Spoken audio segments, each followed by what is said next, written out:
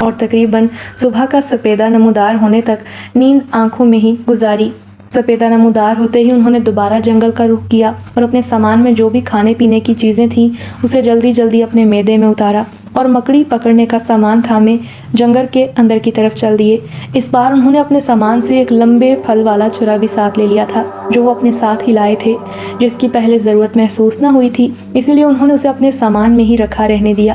ظاہر ہے وہ مکڑیوں کو وہاں پکڑنے کے لیے آئے تھے، وہ بھی زندہ، لیکن مارنے کے لیے نہیں، اسی لیے وہ اپنے ساتھ انہیں زندہ پکڑنے کے لیے ان کے مطابق سامان لائے تھے اور اس کا استعمال بھی انہوں نے کر کے دیکھ لیا تھا۔ ابھی ان کی قسمت کی خرابی تھی کہ وہ قیدی مکڑی فرار ہونے میں کامیاب ہو گئی تھی، ورنہ تو وہ اب تک اسے لے کر واپسی کا پروگرام بنا چکے ہوتے۔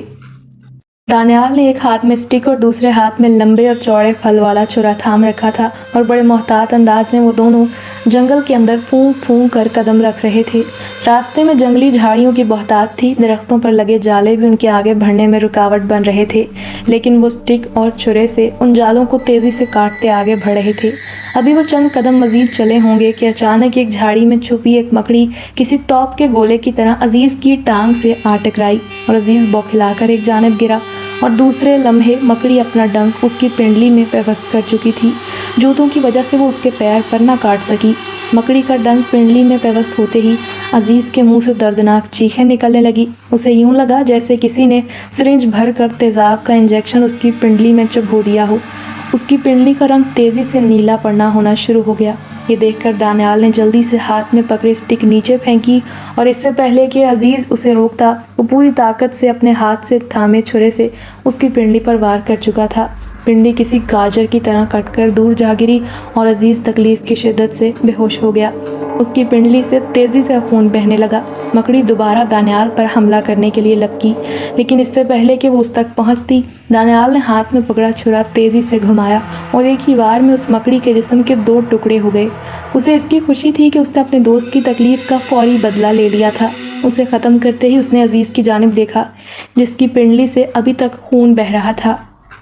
اس نے جلدی سے کچھ درختوں کے پتے توڑے اور ساتھ ہی تھوڑی بہت مٹی اکٹھی کر کے اسے پہلے زخم پر مل دیا، جس سے خون تو بہنا بند ہو گیا۔ پھر ان پتوں کو اس کے زخم پر جھاڑیوں کی نرم شاخوں کی مدد سے مضبوطی سے باندھ دیا۔ عزیز اب تک بے ہوش ہی تھا۔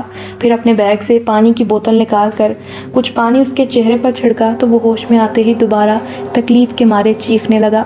اس کی پنڈلی سے اب تک خون رس رہا تھا۔ دانیال نے اسے سنبھالا اور حوصلہ دینے لگا کہ اس کی پنڈلی کاٹنے سے کم از کم اس کی جان بچ گئی، ورنہ شاید اب وہ اس کے سامنے یوں زندہ نہ ہوتا۔ عزیز کو بڑی آہستگی سے اٹھا کر وہ کافی مشکل سے خیمے تک لایا اور اسے ایک جانب گدے پر لٹا دیا۔ سامان میں وہ اپنے ساتھ ایک فرسٹ ایڈ باکس بھی لائے تھے جس میں پین کلر ٹیبلٹس موجود تھیں۔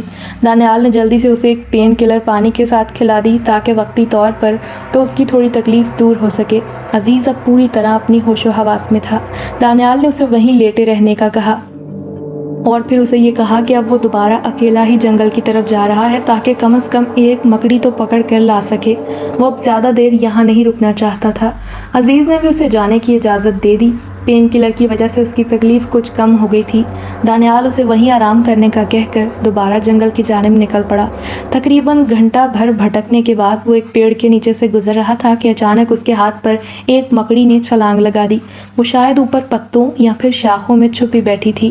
اس اچانک افتاد پر دانیال گھبرا گیا اور اس کے ہاتھ سے چھرا اور اسٹک نیچے جا گری اور اسی سے اس مکڑی نے فائدہ اٹھاتے ہوئے اس کے ہاتھ پر اپنا ڈنک مارا۔